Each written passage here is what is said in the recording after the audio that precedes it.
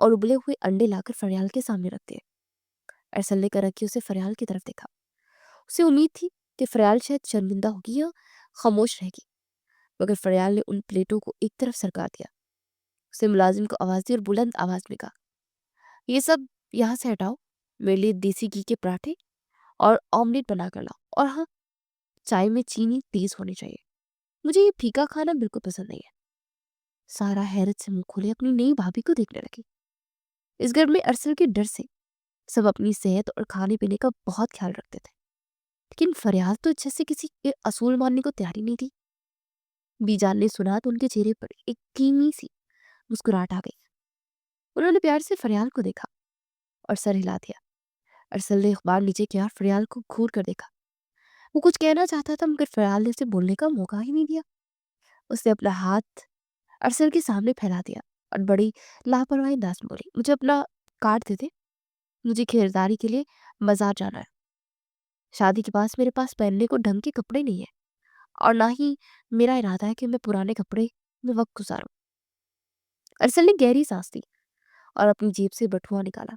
اس نے اپنا کارڈ نکال کر فریال کی طرف بڑھایا، مگر کارڈ دینے سے پہلے اسے فریال کی آنکھوں میں دیکھتے ہوئے سخت لہجے میں تنبیہ کی، یہ لو کارڈ، لیکن یاد رکھنا اس کی ایک حد مقرر ہے۔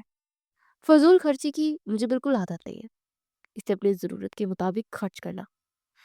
فریال نے کارڈ اس کے ہاتھ سے جھپٹا، اس کی آنکھوں سے اسے آنکھوں سے لگا کر بڑی معصومیت سے بولی، ارے ارسل صاحب، حد تو انسان کی ہوتی ہے، بھلا اس پلاسٹک کے کارڈ کی کیا حد ہوتی ہے؟ آپ فکر نہ کریں، میں اپنی خوشی پوری کرنے میں کوئی کسر نہیں چھوڑوں گی۔ فریال کا یہ جملہ سن کر سارا کی ہنسی چھوٹ گئی اور وہ منہ پر ہاتھ رکھ کر ہنسنے لگی۔ بی جان بھی اپنی ہنسی چھپا نہ سکی۔ ارسل نے سارا کو گھورا تو فوراً خاموش ہو گئی، مگر ارسل خود بھی لاجواب ہو چکا تھا۔ اسے بے بسی سے سر ہلایا اور ناشتہ ادھورا چھوڑ کر اٹھ گیا۔ اسے سمجھ نہیں آ رہا تھا کہ اس لڑکی کا کیا کرے۔ فریال نے بڑے مزے سے پراٹھے کھانے شروع کر دیے، جس سے اسے کسی چیز کی پرواہ ہی نہ ہو۔ دوپہر کے وقت ارسل اپنے دفتر میں موجود تھا۔ کام کا دباؤ بہت زیادہ تھا اور وہ فائلوں میں گم۔ اچانک اس کے موبائل فون پر پیغام کی گھنٹی بجی۔ اس نے موبائل اٹھا کر دیکھا تو بینک کی جانب سے پیغام تھا کہ اس کے کارڈ سے ایک بڑی رقم استعمال کی گئی ہے۔ ارسل کے ماتھے پر بل پڑ گئے۔ اسے فوراً صبح والی بات یاد آئی کہ فریال نے خریداری کے لیے کارڈ لیا تھا۔ اس کے ذہن میں فوراً خیال ہے کہ ضرور فریال نے مہنگے زیورات یا کپڑے خریدے ہوں گے تاکہ وہ اپنے لالچی ہونے والی بات سچ ثابت کر سکے۔ غصے کے عالم میں اس نے تفصیلات جاننے کے لیے پیغام کو غور سے پڑھا، لیکن جیسے اس نے دیکھا کہ رقم کہاں ادا کی گئی ہے، وہ اپنی کرسی پر سن ہو کر رہ گیا۔ یہ رقم کسی بڑے برانڈ یا جویلری دکان پر ادا نہیں کی گئی تھی، بلکہ شہر کے ایک یتیم خانے کو منتقل ہوئی تھی۔ ارسل کو اپنی آنکھوں پر یقین ہی نہیں آیا۔ اس نے دوبارہ تصدیق کی، واقعی وہ فریال نے وہ ساری رقم یتیم بچوں کے کپڑوں اور راشن کے لیے خرچ کی تھی۔ ارسل سوچ میں پڑ گیا کہ وہ لڑکی جو کل رات خود کو دولت کی پجاری کہہ رہی تھی، آج اس نے اپنی ذات پر 1 روپیہ خرچ کرنے کی بجائے دوسروں کی مدد کیوں کی؟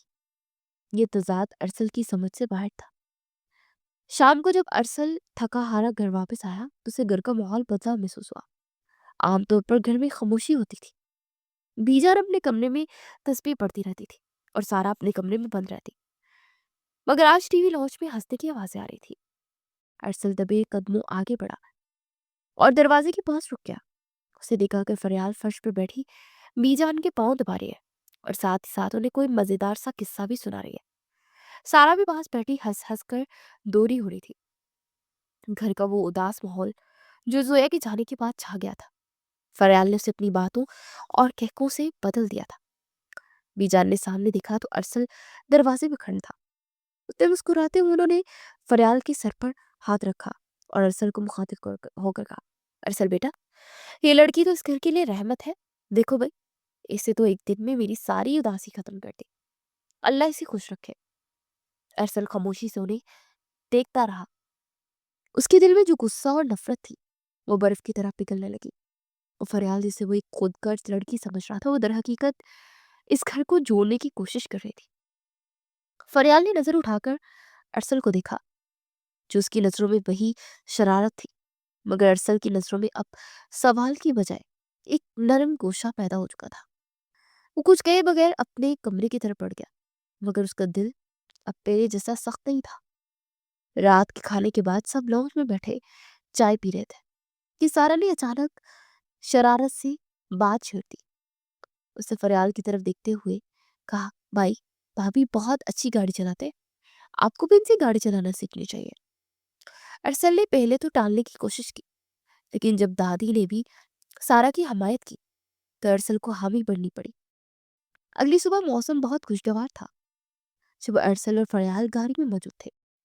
ارسل ڈرائیونگ سیٹ کے ساتھ والی سیٹ پر بیٹھا فریال کو گاڑی کے مختلف پرزوں اور چلانے کے طریقے سمجھا رہا تھا، اور فریال پوری توجہ سے اس کی بات سن رہی تھی، لیکن اس کا دھیان ارسل کی سنجیدہ اور بھاری آواز کی طرف سے زیادہ نہیں تھا۔ ارسل کا انداز استاد جیسا سخت تھا، جس سے فریال کو تھوڑی گھبراہٹ بھی ہو رہی تھی۔ گاڑی ایک کھلی اور سنسان سڑک پر آہستہ آہستہ رفتار سے چل رہی تھی۔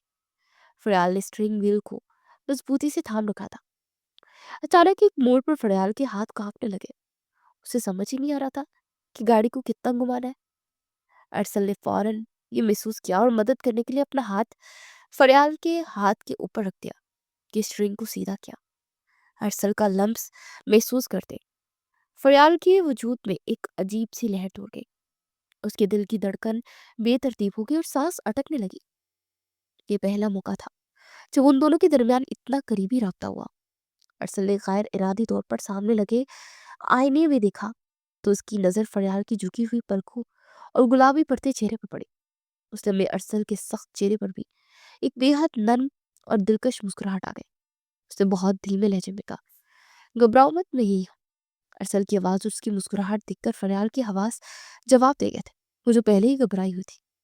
ارسل کی اس اچانک نرمی سے مزید بوکھلا گئی۔ اس نے بریک لگانے کی کوشش کی، وہ غلطی سے ریس والی پیڈل پر پاؤں رکھ دیا تھا۔ گاڑی ایک زوردار جھٹکے کے ساتھ آگے بڑھی اور پھر رک گئی۔ دونوں آگے کی طرف جھکے۔ ایک لمحے کی خاموشی کے بعد ارسل نے فریال کی بوکھلاہٹ دیکھی تو اس سے ضبط نہ ہوا اور وہ بھی اختیار ہنس پڑا۔ ارسل کو یوں کھل کر ہنستے دیکھ فریال چیخ مٹ گئی تھی اور وہ بھی اپنی بیوقوفی پر ہنسنے لگی۔ گاڑی کے اس چھوٹے سے کیفن میں گونجنے والی ہنسی ان کے درمیان جمی برف پگھلانے کا پہلا سبب بنی تھی۔ یہ ان دونوں کے درمیان قربت کا پہلا اور یادگار لمحہ تھا، جس نے نفرت کی دیوار میں درار ڈال دی تھی۔ کچھ دن بعد ارسل شام کو گھر لوٹا تو اس کے چہرے پر تھکاوٹ اور پریشانی کے گہرے سائے تھے۔ صوفے پر بیٹھ کر سر پکڑ کر گہری سوچ میں گم ہو گیا۔ فریال پانی کا گلاس لے کر آئی تو اس نے ارسل کی حالت دیکھ کر وجہ پوچھی۔ ارسل عام طور پر گھر میں دفتری مسائل بیان نہیں کرتا تھا، مگر آج اس کا دل بوجھل تھا۔ اس نے کہا، ایک غیر ملکی کلائنٹ کے ساتھ بہت بڑی ڈیل ہونے والی ہے، لیکن وہ کلائنٹ ہماری روایتی دفتری ماحول سے متاثر نہیں ہو رہا۔ وہ کچھ منفرد اور خالص ثقافتی چیز چاہتا ہے اور مجھے سمجھ نہیں آ رہا کہ اسے خوش کیسے کرے۔ ارسل کو لگا کہ فریال ان کاروباری باتوں کو سمجھ نہیں سکے گی، لیکن فریال نے بڑے اعتماد سے کہا، اب پریشان نہ ہو، اس مہمان کو گھر بلائے، باقی سب میں سنبھال لوں گی۔ اگلے دن فریال نے بی جان کی مدد دی اور گھر میں دیسی کھانوں کا ایک شاہانہ مینیو ترتیب دیا۔ اسے باورچی خانے میں کھانے کا کنٹرول سنبھال لیا۔ سرسوں کا ساگ، مکئی کی روٹی اور مٹی کی ہانڈیوں میں پکے ہوئے کھانے تیار کیے۔ سارا کے ساتھ بیٹھ کر اس نے گھر کو سادگی مگر نفاست سے سجایا۔ جب غیر ملکی مہمان گھر آیا تو گھر کا ماحول اور کھانے کی خوشبو دیکھ کر وہ دنگ رہ گیا۔ اسے وہ روایتی مہمان نوازی اور گھریلو اپنائیت بہت پسند آئی، جو اسے بڑے ہوٹلوں میں نہیں ملی تھی۔ کھانے کے دوران فریال نے بڑی سلیقہ بندی سے مہمانوں کی توازہ کی۔ اس کی سادگی اور انتظام نے مہمانوں کا دل جیت لیا اور اس نے وہیں بیٹھے بیٹھے ڈیل کے کاغذات پر دستخط کر دیے۔ مہمانوں کے جانے کے بعد ارسل نے پورے گھر والوں کے سامنے فریال کی طرف دیکھا۔ اس کی آنکھوں میں ستائش تھی۔ اسے دادی اور سارا کے سامنے کہا، آج کی یہ کامیابی صرف میری محنت نہیں بلکہ فریال کی بدولت ہے۔ اگر یہ آج گھر کا ماحول اتنا اچھا نہ بناتی تو شاید یہ ڈیل ہاتھ سے ہی نکل جاتی۔ ارسل کے منہ سے اپنی تعریف سن کر اور کامیابی کا کریڈٹ ملنے پر فریال کا سر فخر سے بلند ہو گیا۔ اسے پہلی بار احساس ہو کہ اس گھر اور ارسل کی زندگی میں کوئی اہمیت رکھتی ہے۔ کچھ دنوں بعد ارسل کا برتھ ڈے تھا، جس کے لیے گھر میں ایک تقریب رکھی گئی۔ سالگرہ کی تقریب عروج پر تھی۔ گھر میں مہمانوں کا ہجوم تھا اور ہر طرف چہل پہل تھی۔ اس ہنگامے کے درمیان فریال کے والدین رضیہ بیگم اور بشیر صاحب ایک کونے میں سمٹے ہوئے کھڑے تھے، اور وہ اس امیرانہ ماحول اور بڑے لوگوں کے درمیان خود کو بہت اجنبی اور غیر محسوس کر رہے تھے۔ ان کا لباس سادہ تھا اور چہروں پر گھبراہٹ آیا تھی۔ وہ بار بار ایک دوسرے کو دیکھ رہے تھے، جیسے یہاں آ کر انہوں نے بہت بڑی غلطی کر دی ہو۔ یاور، جو کافی دیر سے ان دونوں کو حقارت بھری نظروں سے دیکھ رہا تھا، موقع پا کر ان کے قریب پہنچ گیا تھا۔ اس کے ہاتھ میں مشروب کا گلاس تھا اور لہجے میں زہر بھرا ہوا تھا۔ اس نے بشیر صاحب کو مخاطب کرتے ہوئے اونچی آواز میں کہا، تاکہ آہستہ آہستہ لوگ بھی سن لیں، ارے آپ لوگ یہاں کیا کر رہے ہیں؟ یہ ارسل صاحب کی سالگرہ کی تقریب ہے۔ یہاں کوئی خیراتی مرکز تو نہیں ہے جہاں مفت کا کھانا بٹ رہا ہو؟ آپ لوگوں کو اپنی حیثیت دیکھ کر کسی محفل میں آنا چاہیے۔ یاور کے اس الفاظ نے بشیر صاحب اور رضیہ بیگم کے دل چھلنی کر دیے۔ ان آنکھوں میں نمی تیرنے لگی اور شرمندگی سے زمین میں کھڑ گئے۔ فریال جو کچھ فاصلے پر کھڑی مہمانوں سے بات کر رہی تھی، اس کی یاور کی آواز سن کر تڑپ اٹھی۔ اس سے پہلے اپنے بوڑھے والدین کی تزلیل اس سے برداشت نہ ہوئی تھی۔ وہ تیزی سے آگے بڑھی اور اپنے والدین کے سامنے ڈھال بن کر کھڑی ہو گئی۔ فریال نے یاور کی آنکھوں میں آنکھیں ڈال کر سخت لہجے میں کہا، اپنی زبان کو لگام دے یاور صاحب۔ انسان کی عزت اس کے مہنگے کپڑوں یا بینک بیلنس سے نہیں ہوتی، بلکہ ان کی تربیت اور کردار سے ہوتی ہے۔ میرے والدین کے پاس شاید آپ جیسی دولت نہ ہو، لیکن ان کے پاس شرافت اور اخلاق کی وہ دولت ہے جو آپ جیسے لوگ کبھی نہیں خرید سکتے۔ محفل میں سناٹا چھا گیا، سب کی نظریں ان پر جم گئی۔ یاور نے مزید کچھ کہنا چاہا، لیکن اس سمے ارسل وہاں پہنچ گیا۔ اسے فریال کا غصہ اور یاور کی شرارت بات تھی۔ ارسل خاموشی سے آگے بڑھا اور اس نے وہ کیا جس کی کسی کو توقع ہی نہیں تھی۔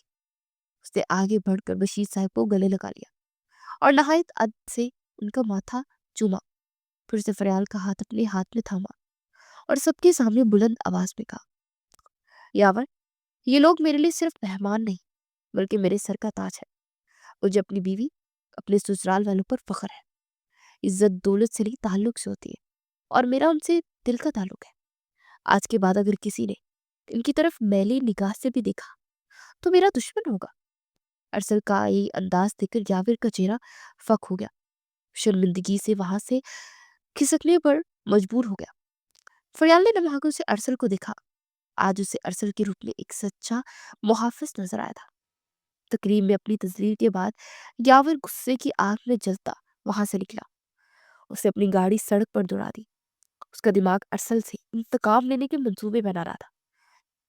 شہر سے کافی دور ویرانے میں ایک سنسان جگہ بنی ہوئی تھی، پرانی حویلی کے سامنے۔ اس نے گاڑی کو زوردار بریک لگا کر روکا تھا۔